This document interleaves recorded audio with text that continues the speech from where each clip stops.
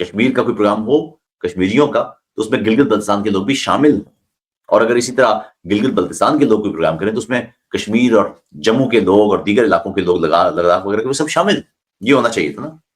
ایسا ہوتا نہیں. اس کا مطلب کہ ایک تقسیم تو آلریڈی کر دی گئی کہ جی آپ تو الگ ہیں اور آپ الگ ہیں، یہ تو ایک کر دیا گیا.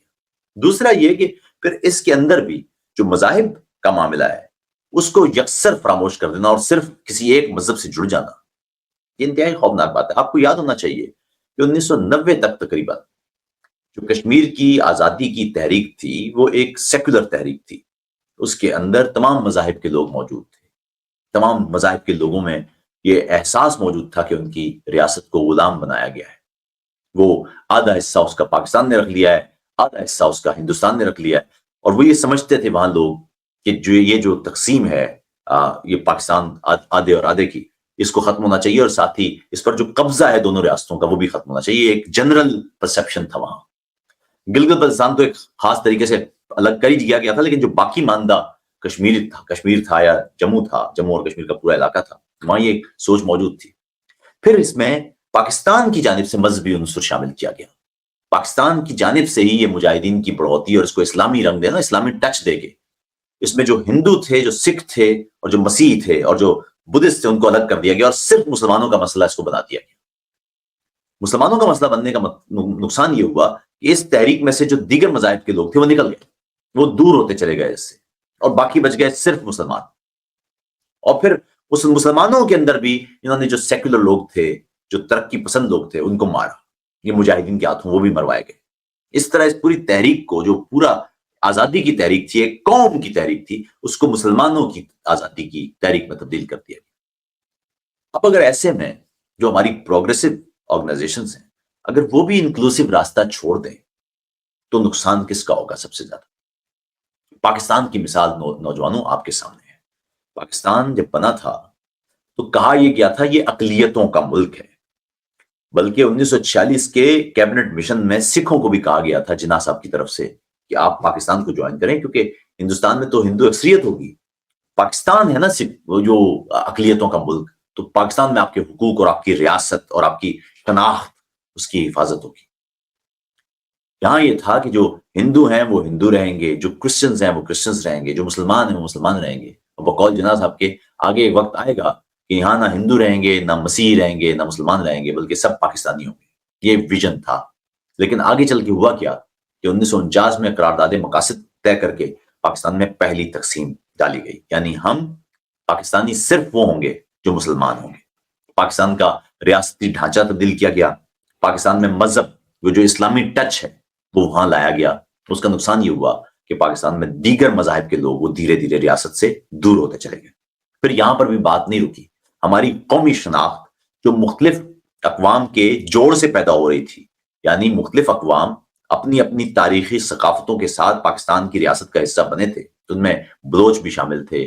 خیر بلوچ ڈائریکٹ نہیں کہنا چاہیے کیونکہ وہ تو مارچ 1948 میں اس پر قبضہ ہوا، لیکن باقی جو علاقے تھے پنجاب، سندھ، اس وقت خیبر پختونخوا کی بجائے سرحد ہوتا تھا، سرحدی شمال مغربی سرحدی صوبہ، یا بنگال یا دیگر علاقے، وہ اپنی اپنی ثقافتی، تاریخی، لسانی شناخت کے ساتھ اس ریاست کا حصہ بنے تھے.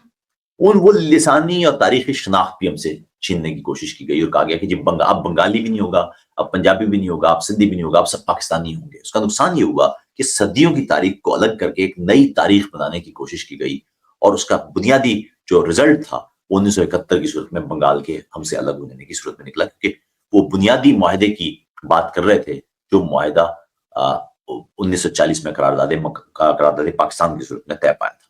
تو ایک جو پہلی تقسیم تھی، یعنی مذہب کے نام پر جو تقسیم بنائی گئی اور جو لوگوں کی جو قومی شناخت ہے اس کو توڑ کے ایک نئی شناخت بنانے کی کوشش کی، اس کا نتیجہ یہ نکلا کہ آدھا پاکستان آپ سے الگ ہو گیا.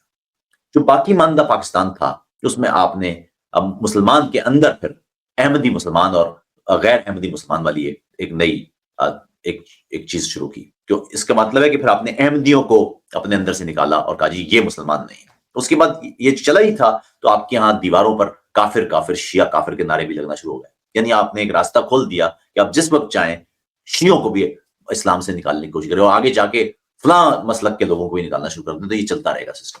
اس کا مطلب ہے کہ آپ نے پہلے ملک کے اندر اسلام اور غیر مسلم کی تفریق کی، اور پھر اس کے بعد مسلمانوں کے اندر آپ نے دیگر تفریقات شروع کر دی، یعنی تقسیم در تقسیم، پیاز کے چھلکے کی طرح آپ اتارتے چلے جائیں، اترتا چلا جائے گا، اندر بچے گا کچھ نہیں، آخر میں کیا بچے گا آپ کے پاس؟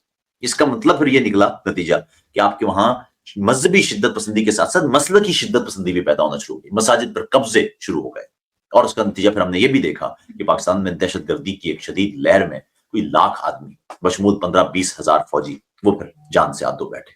یعنی جب تقسیم کے راستے پر آپ چلیں گے انسانوں کے بیچ میں، مذہب کی بنیاد پر یا کسی بھی اور بنیاد پر لوگوں کی شناخت چھیننے کے راستے پر آپ جب چلیں گے تو اس کا نتیجہ پھر یہی ہوگا کہ نفرت اور تقسیم بڑھے گی۔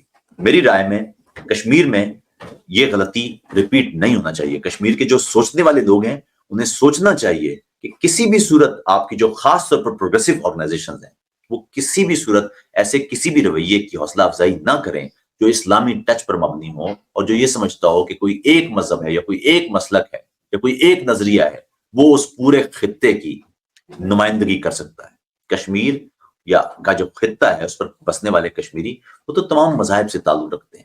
اگر آپ واقعی ایک قومی اور ثقافتی دن منانا چاہتے ہیں تو آپ کو میک شور کرنا پڑے گا کہ اس میں تمام مذاہب کے لوگ، تمام خطوں کے لوگ موجود ہیں اور وہ بھرپور انداز سے اس میں شریک ہیں۔ اگر آپ کسی ایک مذہب کا نعرہ لگا رہے ہیں تو پھر سارے مذاہب کے نعرے آپ کو لگانا پڑیں گے۔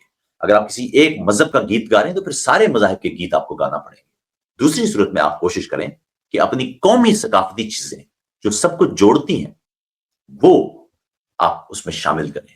بہت سارے ایسے کھانے ہیں کشمیریوں کے جو ان کے بیچ میں ایک ربط، ایک تعلق کا، ایک اشتراک کا معاملہ ہے۔ لباس ہیں، زبانیں ہیں کشمیر کے اندر مختلف بولی جانے والی، ان کو پیش کیا جائے۔ لباس جس طرح میں نے بتایا مختلف علاقوں کے مختلف رنگ ہیں وہ پیش کیے جائیں، موسیقی ہے وہ پیش کی جائے۔ یہ وہ طریقے ہیں جس کے ذریعے آپ قوم کو جوڑتے ہیں۔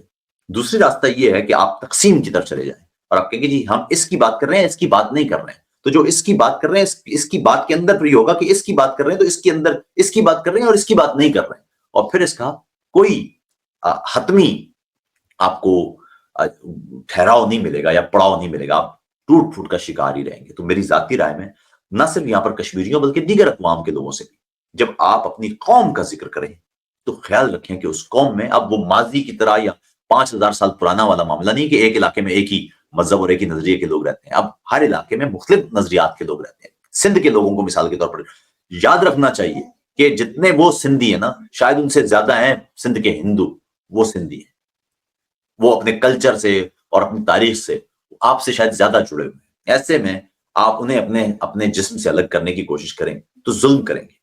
اسی طرح پنجاب میں جو سکھ ہیں یا کے پی میں جو سکھ ہیں وہ تاریخی طور پر وہاں رہ رہے ہیں، اگر آپ ان کو اپنے سے الگ کر دیں اور کہیں گے یہ تو علاقہ مسلمانوں کا ہے تو پھر اس کا نقصان یہ ہوگا کہ آپ اپنے ہی وجود کے ایک حصے کو اپنے سے کاٹ رہے ہیں۔ ایک بہتر اور مضبوط قوم تب بنتی ہے جب اس میں دیگر مذاہب اور تمام مذاہب ان کو تنوع کے ساتھ جگہ دی جائے۔ ثقافت کے دیگر رنگ ہیں ان کو کھوجیں۔ مذہب آپ کا ذاتی معاملہ ہونا چاہیے۔ مذہب کو آپ جب بھی انفورس کریں گے قوم بنانے کے لیے آپ تقسیم کی طرف چلتے چلے جائیں گے اور پھر اس کا کوئی حل نہیں۔ دنیا میں بہت ساری ایسی قومیں ہیں جو مذہب کے نام پر بنانے کی کوشش کی گئی ہے، وہاں آپ کو ہر طرف تشدد ہی نظر آئے گا۔ اشتراکی عمل کے لیے اور امن کے لیے ضروری ہے کہ آپ ڈائیلاگ شروع کریں، آپ وہ رویے تلاش کرنے کی کوشش کریں جو انسانوں کو جوڑتے ہیں، انسانوں میں تقسیم اور تفریق کا باعث نہیں بنتے۔ اپنا بہت خیال رکھیے گا۔ آداب۔